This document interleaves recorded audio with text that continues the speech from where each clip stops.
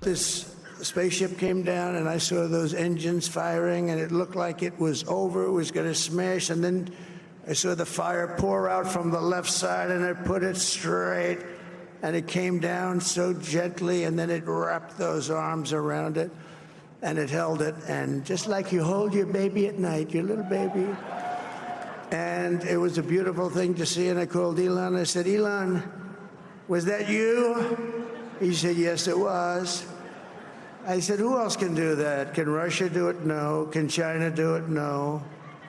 Can the United States do it other than you? No. Nobody can do that. I said, that's why I love you, Elon. That's great. Okay. That was President-elect Donald Trump on election night, for some reason, bolstering the latest achievement of billionaire Elon Musk. So, according to a source close to Trump, he plans to accompany Musk today at the next SpaceX test launch. That's in Texas. While the friendship between the pair seems to be flourishing, there are reports that Musk has been clashing with others in Trump's inner circle. Joining us now to talk about that, national political correspondent for Politico, Meredith McGraw. Meredith, good to see you this morning. So let's start there with just this sort of outsized influence that Musk now has in Trump world. You know, he obviously was a big part of his election campaign and now seems ever present at Trump's sides. Talk to us as to how that's going, good and bad.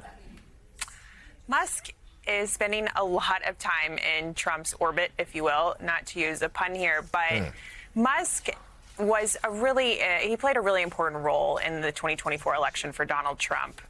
The Trump campaign outsourced a lot of their campaign's ground game to organizations like the PAC that Musk funded in Pennsylvania, for example.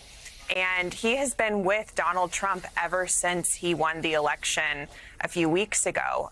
He's been with Donald Trump at the club as he's making important decisions about his cabinet, as he's been on the phone with world leaders, and as he's just gone about his day at Trump's clubs down in Palm Beach. And he's been offering his insight, he's been offering his input. At times, he's been endorsing different people for different jobs. Most recently, Howard Lutnick for Treasury Secretary, which still has not been picked. And of course, Musk is also going to be in charge of this Department of Government Efficiency, which is going to be essentially a committee where people can make recommendations of areas to cut government waste. But for Musk, somebody who has these private companies, he's essentially going to be in charge of coming up with regulations for the very regulators who have control over some of the different parts of his companies. Yeah, let's dig in a little closer on that new department, which is more of a blue ribbon panel than a department, and it's named after a cryptocurrency, Doge. Like, how real is this? Musk and Vivek Ramaswamy going to lead it. Like, how much power do you think it will really have? What sort of fundamental changes could it bring to the American government? Well, you know, Elon Musk has talked about cutting as much as $2 trillion. Vivek Ramaswamy has talked about cutting different agencies and contractors. But like you said, this is essentially a blue ribbon committee. They're going to be taking recommendations from people from areas where they can cut waste. And ultimately, it's important to remember that Congress holds the purse strings for the budget. And so they'll be making recommendations for areas to cut, but it's really up to Congress. So, Meredith, we've been talking a lot in recent days about how Donald Trump really doesn't like sharing the spotlight with anyone else. And Musk is someone who's just about as famous as he is, and it is seemingly, everywhere right now. What are the chances? What are you hearing about some of the growing friction in the inner circle with Musk?